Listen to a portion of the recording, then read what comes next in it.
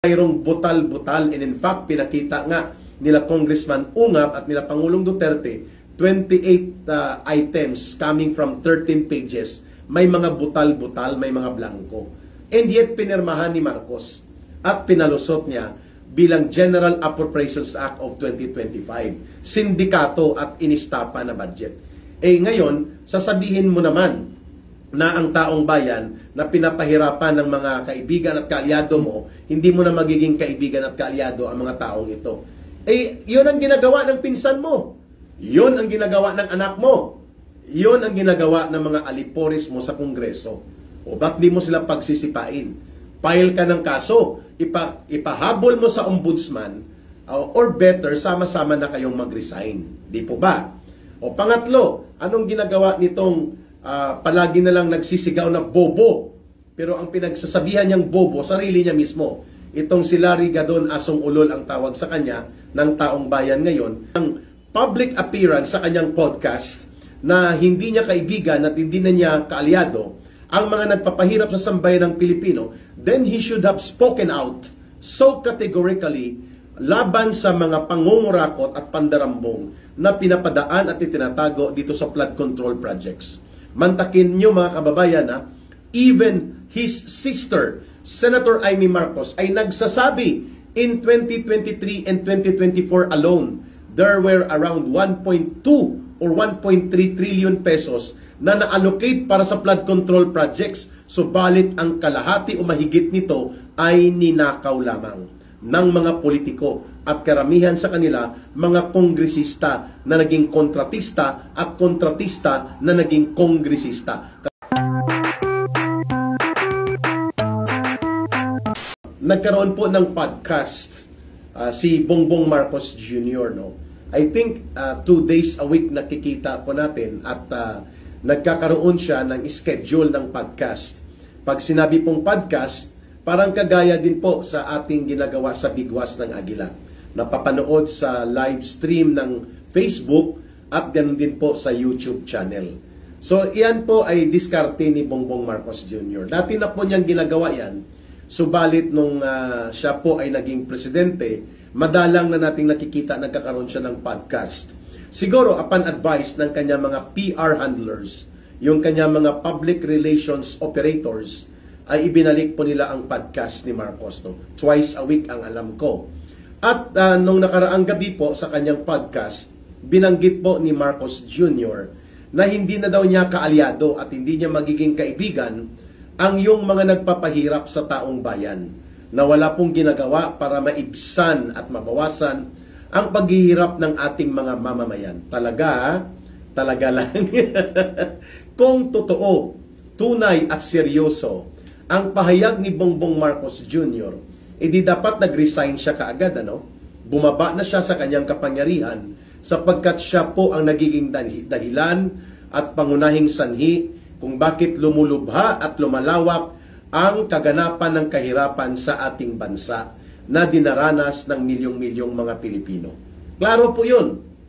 Simula nang umupo po si Marcos Jr., 52% po ang mga Pilipinong nakakaranas ng gutom o hindi kompleto na pagkain araw-araw. And almost 58% ng ating mga kababayan po nabubuhay sa laylayan ng kahirapan. Yan po ay nagsimula nung siya po ay umupo sa kanyang 3 taon bilang Pangulo ng Bansa. So, masayang-masaya kami na marinig ang very nice discussion po ninyo kay Eric. Thank you, Ma'am Elena and Joaquin Chavez. So, mga kababayan, if there is a point that Marcos should tell the public straight to the point, tumbukin po niya na ang kanyang administrasyon kasama po ang abusado at lustay sa pondo na kanyang pinsan na si Romualdez, and of course, ang pakialamera niyang asawa, ito po ang naging sanhi ng kawalang direksyon ng gobyerno sa pamamagitan ng kanyang pamumuno. In fact, ang sabi nga ni Vice President Sara Duterte, Marcos Jr. does not know how to lead the country. He does not know how to run a government. Totoo naman po. Mantakin mo, alam naman niya na butal-butal ang mga budget. Walang laman ang maraming mga blankong items nang ipinadala sa kanila dahil minadali po yon ng Vice-Cam, pinalusutan ng mga congressional insertions maliban sa pork barrel, kundi mga pandaraya na budget at pinakialaman pati ang special accounts, supposedly for protected accounts ito ng Calamity Fund, including ang use of income ng mga agencies of government, no? Umaabot po sa mga 700 billion pesos mahigit ang hindi may paliwanag na mga minanipula at dinistrongka na budget components sa 2025 General Appropriations Act, subalit pinirmahan pa rin po ni Marcos Jr. At yan po ay magre-resulta sa malaganap na kahirapan, at kapag malaganap ang kahirapan po, isa lang ang pinanggagalingan niyan kaagad. Ang mga pondo na dapat na itutulong at naibubuhos ng gobyerno para sa serbisyo, sa pagpapalago ng agrikultura at pagpapalakas ng mga kailangang infrastruktura ay hindi napapakinabangan ng taong bayan. Kaya mas malaganap po ang insidente ng kahirapan. Mahirap bang intindihin yon na ikaw ang sanhi niyan, Ginoong Marcos? You are the very source why poverty and misery have become the order of the day since you become president para po sa mga milyong-milyong mga Pilipino. Di po ba? Malinaw yan. So kung mayroon kang tinutukoy na hindi na daw niya magiging kaalyado, hindi na niya magiging kaibigan ang mga nagpapahirap sa sambayan ng Pilipino, then Marcos is talking none other about himself. Di po ba? Yan naman po ang pinaka-simple na lohika dyan eh. O sige, let's take out muna si Marcos sa equation. So kung totoong hindi niya kaalyado at hindi niya magiging kaibigan ang mga nagpapahirap at gumagawa ng mga kadahilanan kung bakit naghihirap, nagugutom at nagiging miserable ang buhay ng milyong-milyong Pilipino, simulan natin sa kanyang pinsan. Di po ba si Martin Romualdez mismo ang nagmamaniobra upang maging sindikato ang resulta ng budget? Sa loob ng 3 taon, bilyon-bilyon na pondo ang pinapalusot sa walang katuturang ayuda na karamihan kino-convert into cash bilang panunuhol sa mga politiko, sa mayor, governors, and even sa mga kongresista. Walang dahilan na hindi mo ito mapapansin sapagkat 3 taon umaabot na sa mahigit kumulang 1.2 trillion pesos po ang winaldas na pondo dito sa mga ayuda na walang katuturan. Pinabayaan mo. In fact, ikaw ay nangonsente at pinirmahan mo pa ang ganitong walang katuturan at walang kabutihang na idudulot na pangmatagalan sa benepisyo ng mga magsasaka, magbubukid, manggagawang bukid, mangingisda, katutubong pamayanan, maralitang lungsod at mga manggagawang Pilipino at lahat ng mga maralita. They don't benefit strategically and even tactically into this nonsense na pangungurakot na pondo in the guise of ayuda. O bakit mo pinayagan? Di dapat sinipa mo sa mukha niya itong si Martin Romualdez na pinsan mo. O bakit mo pinabayaan na maging Speaker of the House pa rin? Pinapabayaan mo pa sa kanyang ginagawa na mga pandarambong at ginagawang pag-atake sa ating institusyon ng batas at ginagamit pa ang Kongreso bilang weapons of political demolition job against the Duterte. Nakakahiya, garapal. O ba't di mo sinipa ito kung totoo at tunay ang ipinahayag mo sa iyong public statements during your podcast? Di po ba? Pangalawa, ang flood control project, dinisenyo yan nila Martin Romualdez, kasama ka na malamang, upang madaling maitago at mailusot ang pagnanakaw, ang pandarambong sa kaban ng bayan. Brother Beethoven, thank you for listening and joining sa program natin. Si Brother Beethoven po, kaibigan ko ito from the college days sa university, sa West Visayas State University. He is a respected community leader ng Filipino groups sa Canada, sa Toronto, and paligid nito. Thank you, Brother Beethoven. So, ibig sabihin po, if Marcos is really serious and sincere sa kanyang pahayag, sa kanyang public appearance, sa kanyang podcast, na hindi niya kaibigan at hindi na niya kaalyado ang mga nagpapahirap sa sambayan ng Pilipino, then he should have spoken out so categorically laban sa mga pangungurakot at pandarambong na pinapadaan at itinatago dito sa flood control projects. Mantakin nyo mga kababayan, even his sister, Senator Amy Marcos ay nagsasabi in 2023 and 2024 alone, there were around 1.2 or 1.3 trillion pesos na na-allocate para sa flood control projects. Subalit ang kalahati o mahigit nito ay ninakaw lamang ng mga politiko at karamihan sa kanila mga kongresista na naging kontratista at kontratista na naging kongresista. Kagaya nila Saldico ng Ako Bicol, kagaya po nito nila Mistisong Bangos na paislang-islang pag nag-English, itong One Rider Party List Congressman na si Gutierrez, no? Si Tonton Gutierrez, yan ang pangalan nito. Tonton Gutierrez talaga. Ikaw ka, Erika. Itong si Tonton Gutierrez ng One Rider Party List, mahigit 2 bilyon ang kinontrata ng pamilya nila na mga kontrata, infrastruktura, at alam natin, sinasabi ni Mayor Magalong, hindi bababa sa 40% kickback niyan. Di po ba? Pa-English-English pa itong Mistisong Bangos na ito na kontratista din ang pamilya bago pumasok sa politika gamit ang party list. So yan po ang nagpapatotoo na hindi seryoso at tagos sa ilong, lagos sa tainga itong style ni Bongbong Marcos na hindi na daw niya kaalyado at hindi na daw niya kaibigan ang mga nagpapahirap sa sambayan ng Pilipino. Bugok na style. Ito nga, hindi ka nga makapagsalita, no? Way back sa mga taong bayan na iyong pinagsabihan na dapat mapakinggan nila ang iyong mga binabanggit, wala naman pong nangyari kundi puro dada at ngawa, no? Jasmine Fatima Sato, hayaan nyo na po si Attorney Kaufman, let him do his work, no? Whatever client's relationship that he had, hindi naman po niya itinago yun. Pabayaan na po natin yan. Let him work his way as a defense counsel for former President Duterte. Huwag na po tayo makisali dyan sa intrigahan nila sa pagitan ni Harry Roque at ni Attorney Kaufman. Let's proceed, no? Mababaw po na usapin yun. We are not privy, neither are we a party to their professional rivalry. No, hayaan na natin yan. At alam naman ng pamilya Duterte kung ano ang nararapat sa pagtatanggol at pagkakaroon ng legal defense para sa kalagayan ngayon ni Pangulong Duterte. Let it be. Okay? Mga kababayan, balikan po natin itong hungkag, lagos sa ilong, tagos sa tainga na mga pinagsasabi ni Marcos sa kanyang podcast. Binabanggit niya, ulitin ko, kaya nga po yan ang headline ng ating balita at talakayan, na hindi na daw niya kaibigan at hindi na niya Kimura Dolores magiging kaalyado ang mga nagpapahirap sa sambayan ng Pilipino. Kaya pinuna natin siya. Kung mayroon siyang unang sinipa ay ang kanyang pinsan.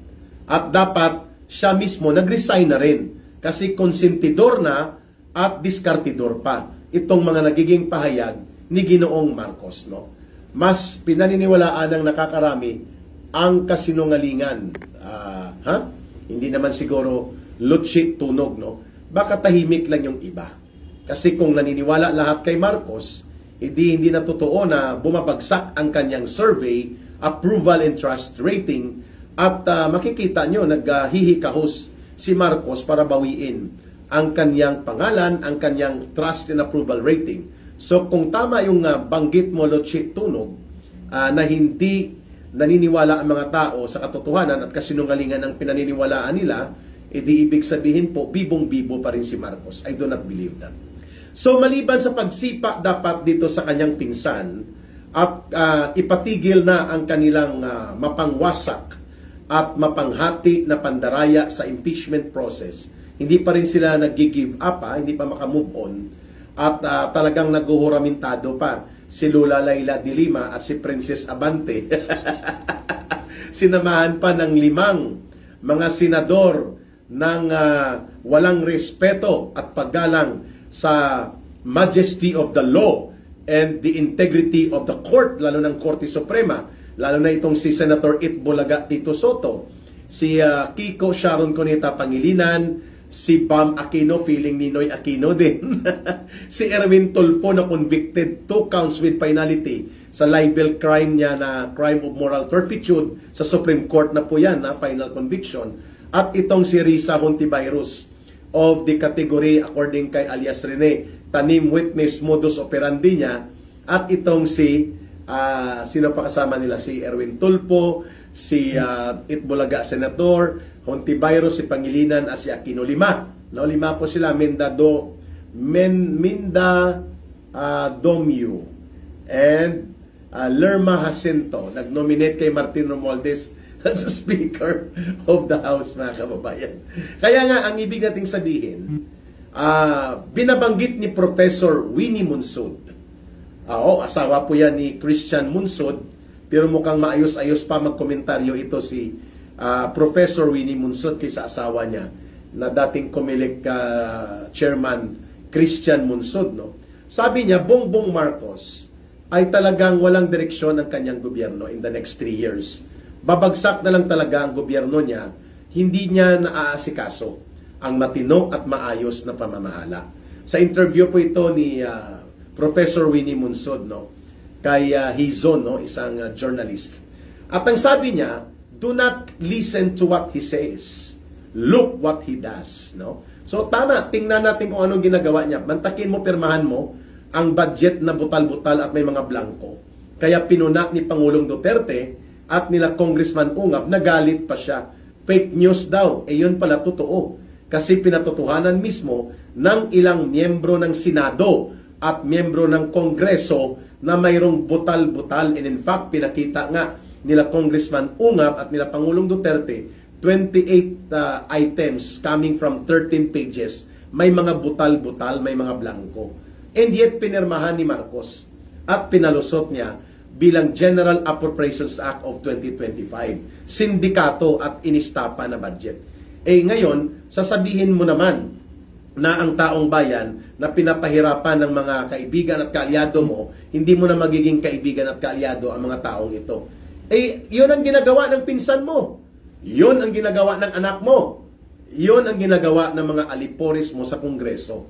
O ba't di mo sila pagsisipain?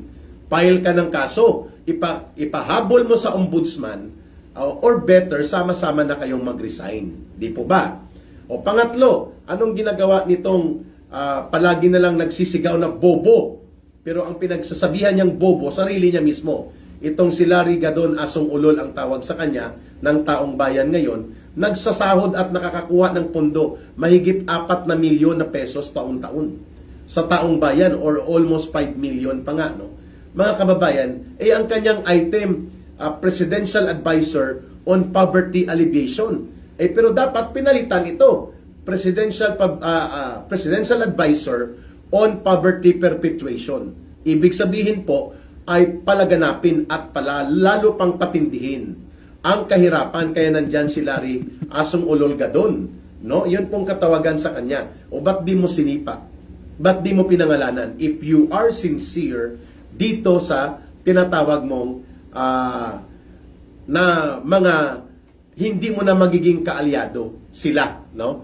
Na mga nagpapahirap sa taong bayan. Di po ba? So, malinaw po ang ating binabanggit dito na dapat po ang mga kababayan natin ay hindi po niloloko. Hindi po dapat. Nick Illman, number 1, siyang nagpapahirap sa mga mamamayan dahil sa kanyang kasinungalingan. I agree. Sir Nick Illman, dati po itong labor leader ng Communist Party of the Philippines, ng kilusang Mayo 1, at nagbalik loob na rin po ang kanyang kalooban sa mapayapang pamamaraan. Saludo, Ginoong Nick Illman. No? Salamat at nandyan ka. Ang galing nga ng mga nagbamambuli. Hindi naman tayo apektado, Joyce. No? Tayo naman ay handa na harapin sila. We are not affected. Kahit pa buhusan nila ng trolls ang ating live stream, hindi po tayo mawawala. Pangatlo, ito pa. Maliban sa pagsipa kay Martin Romualdez, kasuhan dapat sila at pati po itong mga aliporis nilang mga kontratistang kongresista at mga kongresistang naging kontratista na rin, dapat sinipa na rin ni Marcos ito sila Larry Gadon. At iba pa niyang economic and financial team. Number 1, Ralph Recto. Di po ba si Ralph Recto ang nag-a-advise kay Marcos na kulimbatin ang mahigit 60 billion pesos sa savings ng PhilHealth at itulak na mag-zero budget ang PhilHealth? Di po ba ang PhilHealth ay dapat public health insurance para tulungan po ang ating mga kababayang nagkakasakit at magbigyan sila ng suporta sa kanilang kapighatian tuwing nagkakaroon sila ng medical and health problems ang mga pobre at mahihirap na mga Pilipino. Mantakin mo, kukunin nila ang 60 billion pesos na PhilHealth savings that even the Supreme Court during the oral arguments ay na-scandalize kung paano po kabalasubas na kinuha nila Marcos sa advice ni Ralph Recto ang pondo sa PhilHealth. Hindi po ba? Yan ay pagpapahirap sa taong bayan. O ba't di mo sinipa si Ralph Recto? Pati ang paggamit ng Netflix, paggamit ng Shopee, Lazada, Amazon, at iba pang mga digital na mga transaksyon at digital services online, pinatawan pa ng 12% na buwis nila Ralph Recto na ito, pinalusot sa Kongreso. Di po ba pagpapahirap yan sa taong bayan? O, di ba? At ito pa, itinutulak niya na pati ang savings ng ating mga kababayan na interest na kinikita ng kanilang nakaimbak na mga pinaghirapan na pondo sa bangko ay papatawan ng interest income nito ng 20% na buwis. Di po ba? Yan ay garapalan. O, di pahirap din po yan sa taong bayan.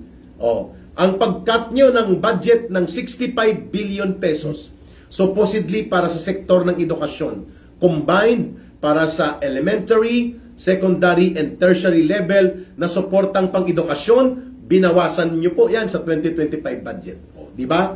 Pahirap din yan. Lugmok ang agrikultura. Gumagapang at hindi mechanized, hindi modernized.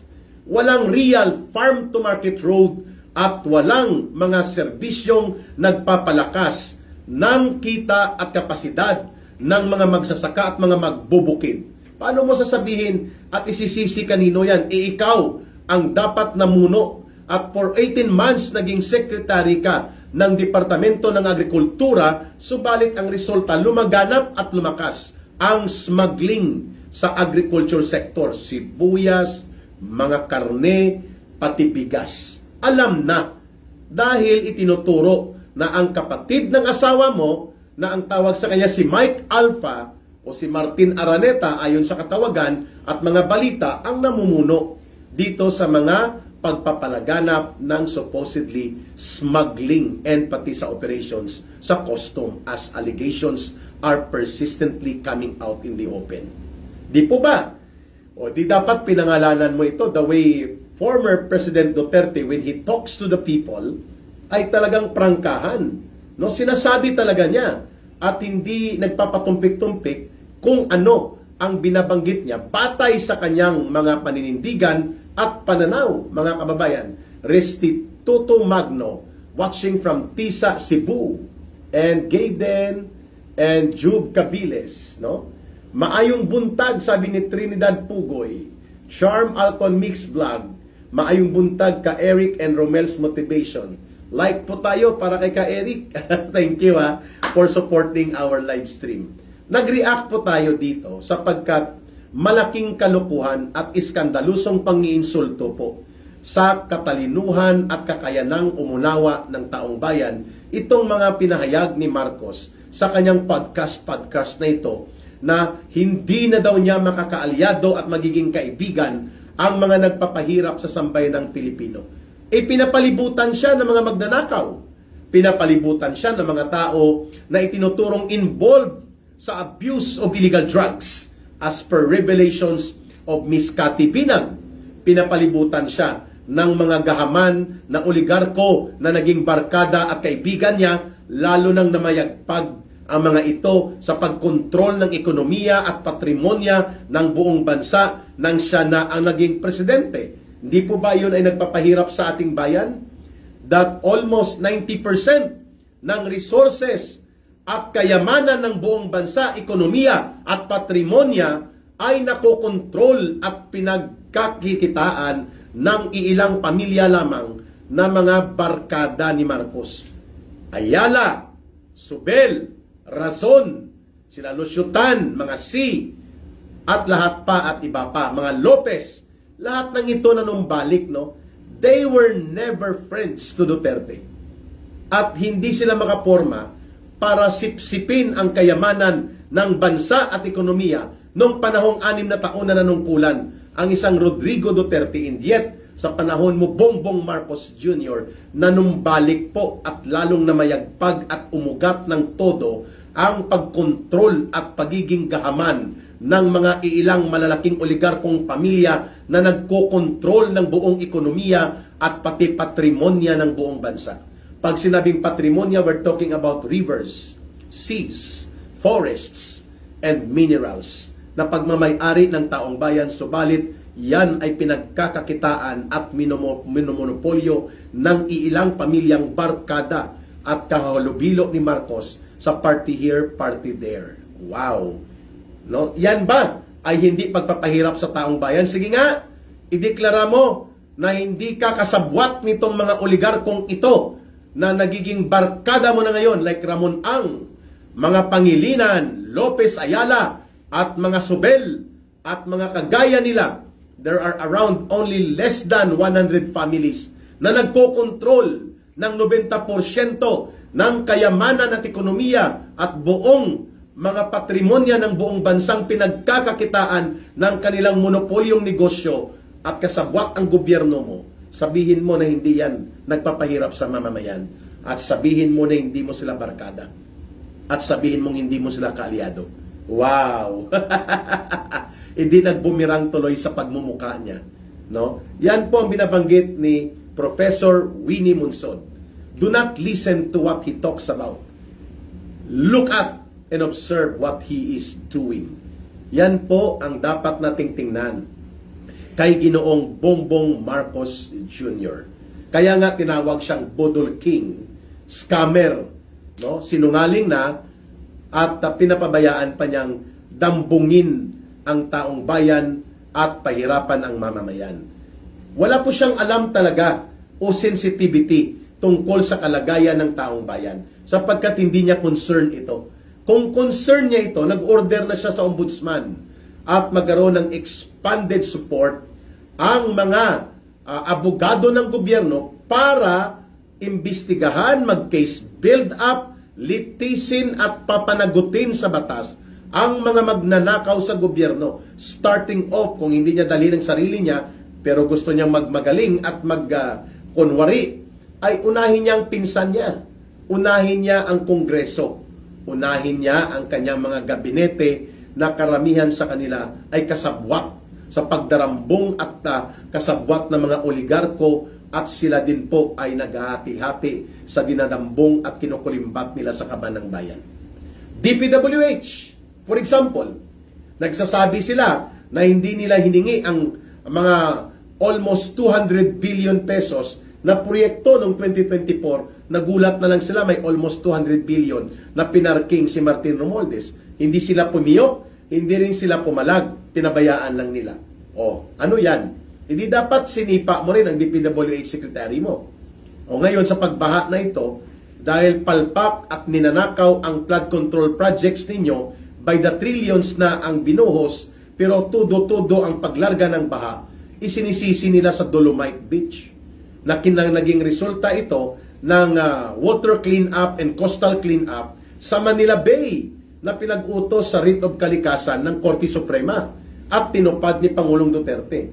Itong utro pa ito si Senator Loren Legarda, wala na rin nagawa at ginawang mabuti sa Senado, naging kaalyado pa yan ng CPP, NPA, NDF, sumakay din sa palusot ni Marcos at nila Romualdez na Dolomite Beach Project ang sanhi ng mga baha. Excuse me, there is no conclusive engineering and scientific description pointing to Dolomite Beach kung bakit nagbabaha. Ang siguradong pagbaha ay dahil palpak, bulok at ninanakaw ang flood control projects.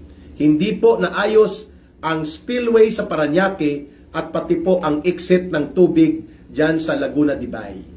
Mga kababayan, sinubukan ni Pangulong Duterte yan na linisin at ayusin, hindi niya lang natapos dahil inabutan siya ng dalawang malalaki na mga pandemya, na mga krisis, pandemya ng COVID-19, giyera sa Marawi, pero natumbok na po yan at nakita ni Pangulong Duterte na barado at makitid po ang exit ng mga tubig na naiipon sa pag-ulan at mga pagbabaha during the time of rainy season sa Metro Manila, papunta sa dalawang exit sa Parañaque Spillway at dyan din po sa tinatawag na exit ng tubig papuntang Laguna Dibay, na dapat na dredge po yan. Binalak po yan noon ng gobyerno, pinigilan ni Noynoy Aquino at ng kanyang nanay din na si Cory Aquino.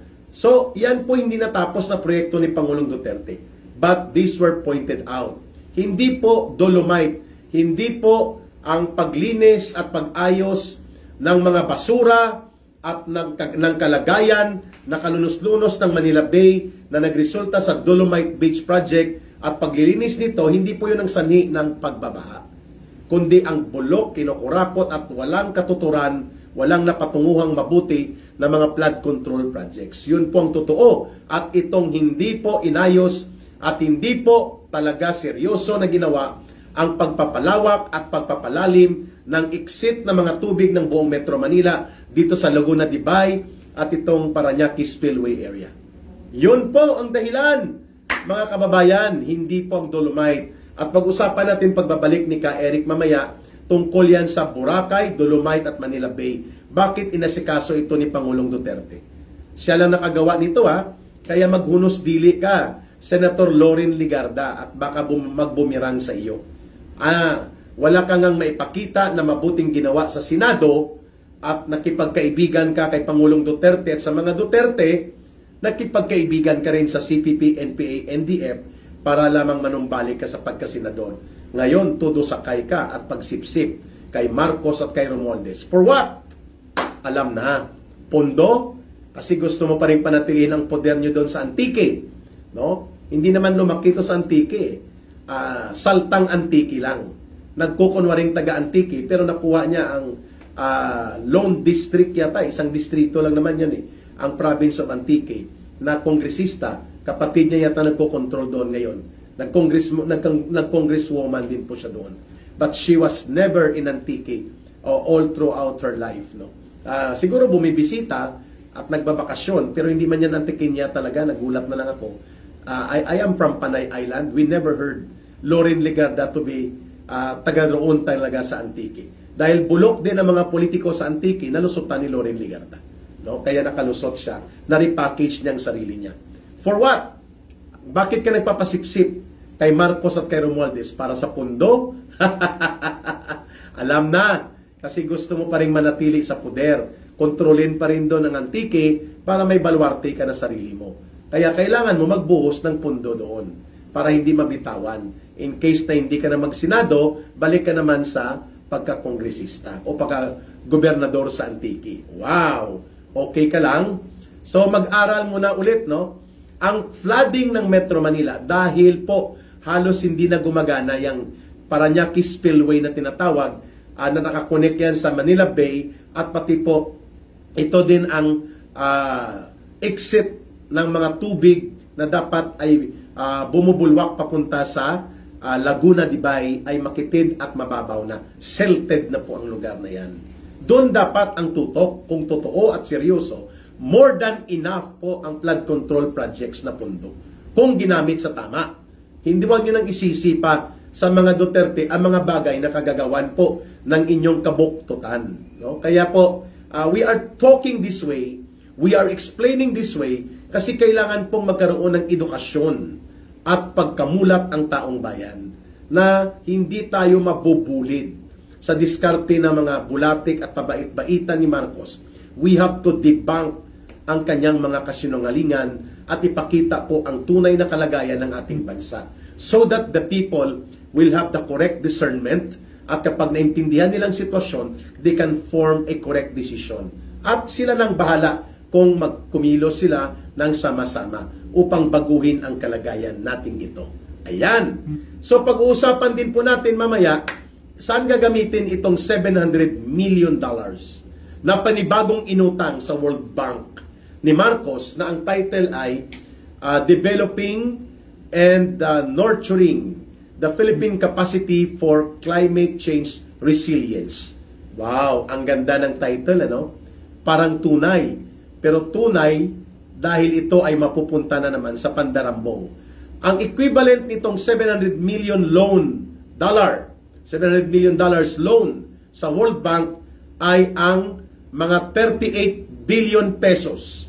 Kung kaya, habang nag-uusap tayo mga kababayan, mga kapatid, umaabot na po sa 17.2 trillion pesos ang kabuwang utang ng ating bansa at mahigit 4 na trilyon ay kay Marcos yan sa loob lamang ng 3 taon nang walang nakikita na solido at konkretong mga pakinabang like mga infrastructure projects, modernization of agriculture, sustainable na mga flood control na real sense flood control at mga kabuhayan na tinulungan ng taong bayan na umangat ang ating ekonomiya at kalagayang panglipunan with this 4.2 trillion additional na mga inutang ni Marcos, walang napakinabangan po ang taong bayan.